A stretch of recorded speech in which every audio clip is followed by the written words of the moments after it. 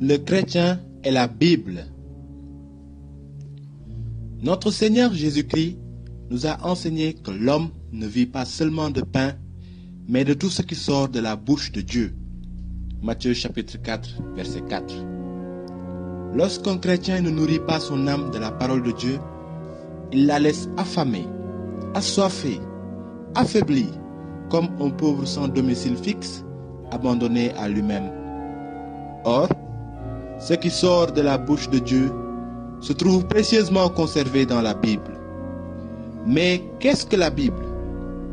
La Bible, ou l'Écriture sainte, du grec ta biblia, c'est-à-dire les livres, se définit comme l'ensemble des livres qui ont été écrits sous l'inspiration de l'Esprit Saint, qui ont Dieu comme auteur et ont été transmis comme tels à l'Église.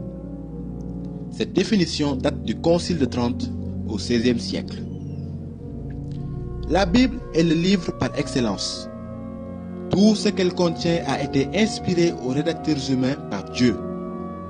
Le pape Léon XIII, dans l'encyclique Providentissimus, définit l'inspiration de la Bible comme une impulsion surnaturelle par laquelle l'Esprit Saint a excité et poussé les écrivains sacrés à écrire et les a assistés pendant la rédaction, de telle sorte qu'ils concevaient exactement et voulaient rapporter fidèlement et exprimer avec une vérité infaillible tout ce que Dieu leur ordonnait et seulement ce qu'il leur ordonnait d'écrire.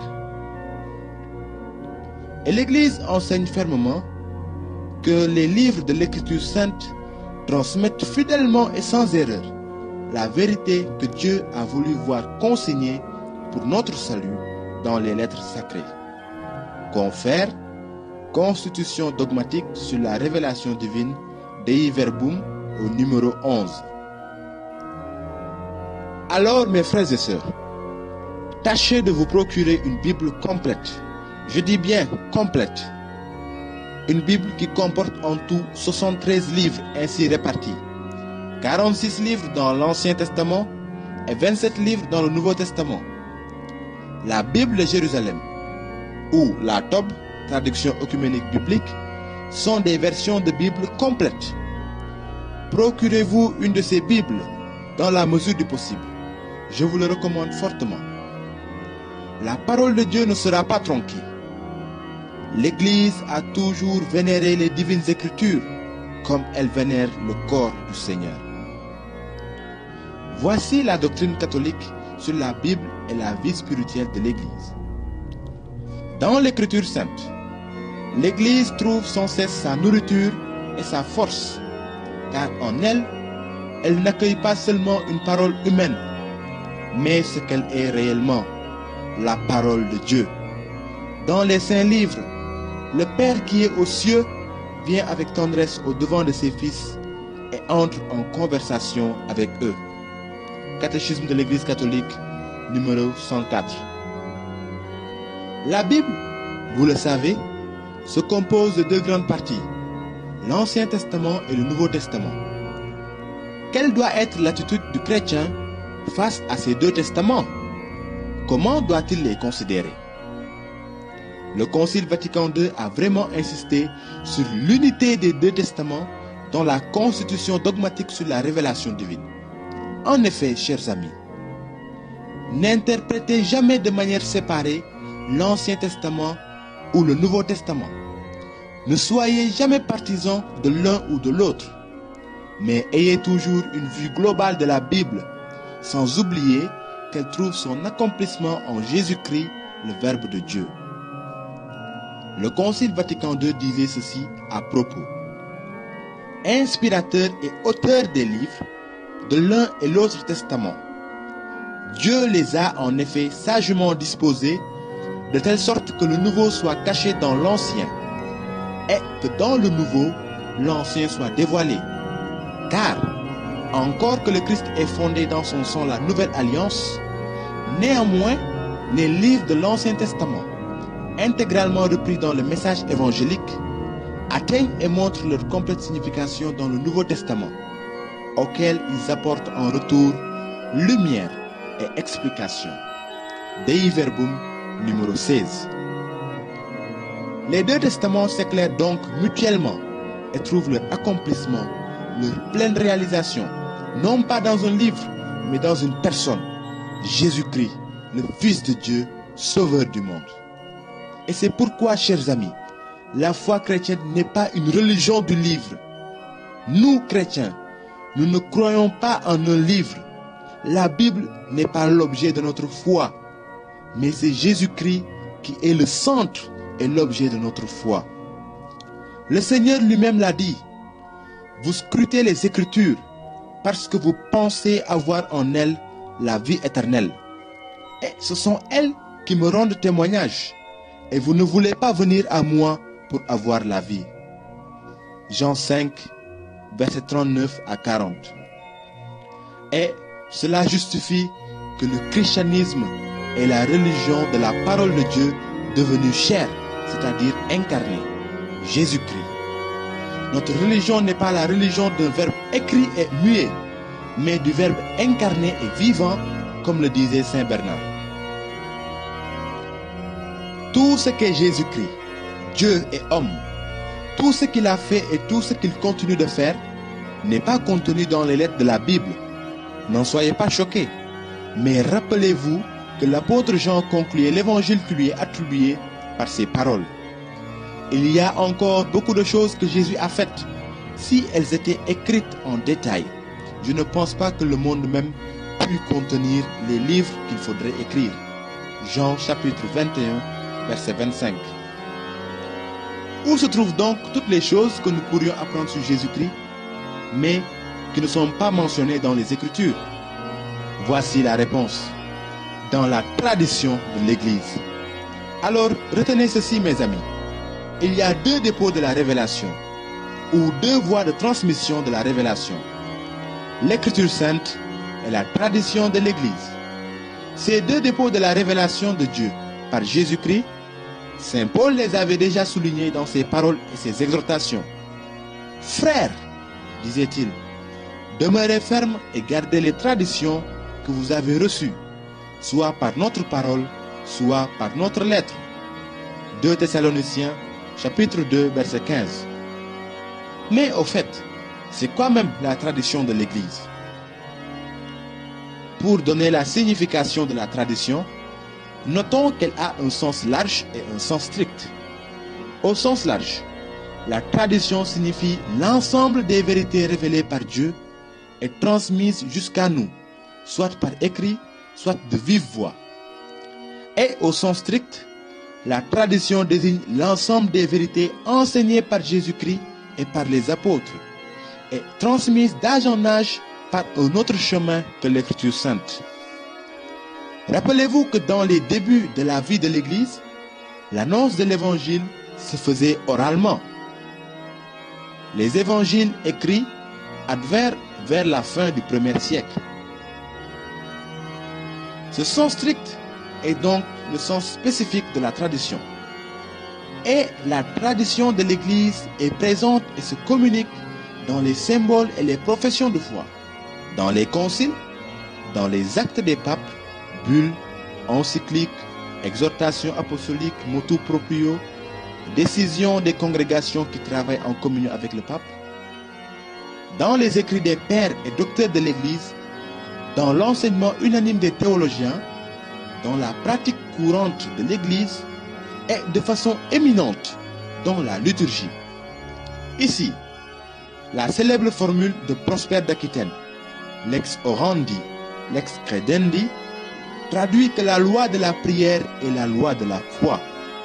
Nous prions selon notre foi, et quand l'Église célèbre les sacrements, elle confesse la foi et la pratique reçue des apôtres et transmise fidèlement au cours de 2000 ans. Alors, quelle est l'articulation à faire entre l'Écriture sainte et la tradition? Dans la doctrine catholique, l'Écriture sainte et la tradition sont reliées et communiquent étroitement entre elles, car toutes deux jaillissent d'une source divine identique et ne forment pour ainsi dire qu'un tout et tendent à la même fin. Confère Dei Verbum numéro 9. C'est pourquoi l'Écriture sainte et la tradition de l'Église doivent être reçues et vénérées, avec un égal sentiment d'amour et de respect. Catéchisme de l'Église catholique, numéro 82. Ces deux ailes de la révélation, qui ne vont pas l'une sans l'autre, comme les ailes d'un aigle majestueux, nous permettent de saisir graduellement le sens de la révélation au fil des années et des siècles par l'action du Saint-Esprit. Ceux qui se moquent de la tradition de l'Église ne peuvent manquer d'interpréter l'Écriture de travers. Nul ne peut rejeter 2000 ans d'héritage, d'interprétation et de compréhension de la révélation divine sans en faire les frais à travers une interprétation des Écritures très souvent erronée et maladroite. L'apôtre Pierre exprimait cela avec beaucoup d'insistance. Sachez-le bien, aucune prophétie ne peut dépendre d'une interprétation personnelle, car aucune prophétie n'est venue d'une initiative humaine, mais c'est sous l'impulsion de l'Esprit Saint que les hommes de Dieu ont parlé. 2 Pierre chapitre 1, versets 20 à 21. Plus loin, il fait cette précision en parlant des lettres de Saint Paul. Il faut le reconnaître, elles sont parfois difficiles à comprendre et les gens sans instruction ou peu sûrs les comprennent de travers pour leur propre perdition, comme ils font avec les autres Écritures. Mais vous, frères bien-aimés, vous voilà avertis. Soyez sur vos gardes, de peur que les égarés ne vous entraînent à votre tour et ne vous fassent succomber. 2 Pierre chapitre 3, les versets 16 à 17. Pour interpréter l'Écriture sainte selon l'esprit qui l'a inspiré, 3 grands critères sont indiqués par le Concile Vatican II. Premier critère, porter une grande attention au contenu et à l'unité de toute l'Écriture. Car l'Écriture est une en raison du dessein unique de Dieu qui est le salut des hommes réalisé en Jésus-Christ et par Jésus-Christ. Ensuite, deuxième critère, lire l'Écriture dans la tradition vivante de toute l'Église. Dans cette tradition est contenue la mémoire vivante de l'interprétation de la parole de Dieu, depuis le temps des apôtres jusqu'à nos jours. Il n'y a plus à dire, c'est moi qui décide que tel passage de l'Écriture sera interprété comme ceci ou comme cela. La tradition est là. Et enfin, troisième critère, être sensible et attentif à l'analogie de la foi. Cela veut dire que toutes les vérités de la foi chrétienne sont reliées entre elles et cohérentes aussi dans la totalité de la révélation. Dans le sens de l'analogie de la foi, mes amis, gardez-vous de considérer et d'interpréter l'Ancien Testament comme une révélation séparée ou opposée à celle du Nouveau Testament. La révélation de l'Ancien Testament trouve son plein sens et son plein accomplissement dans la mort et la résurrection du Christ. À côté de ces 3 critères, d'une importance fondamentale, il faut toujours garder à l'esprit que la Sainte Écriture a 2 sens, un sens littéral et un sens spirituel. Les livres de la Bible ne sont pas des écrits mathématiques pour être appliqués à la lettre ou compris de manière trop littérale.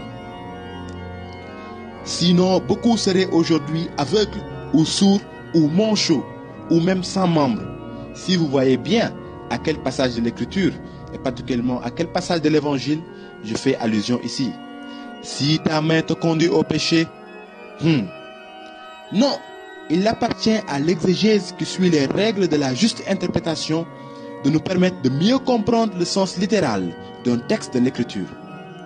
En tout état de cause, plus on associe Écriture sainte et tradition de l'Église, plus on se soumet à l'Esprit Saint qui est leur auteur divin, et mieux on interprète sainement la parole de Dieu.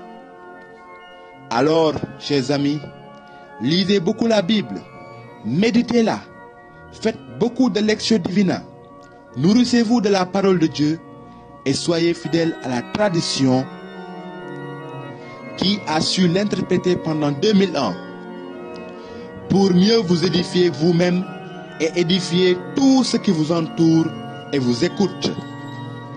Que l'Esprit Saint vous soutienne afin que vous puissiez découvrir dans la Bible la merveilleuse et admirable façon dont la Sainte Trinité s'est investie pour notre salut, et que vous deveniez, comme dit Saint Paul en 2 Timothée, chapitre 3, verset 17, des hommes et des femmes équipés et préparés pour toute œuvre utile.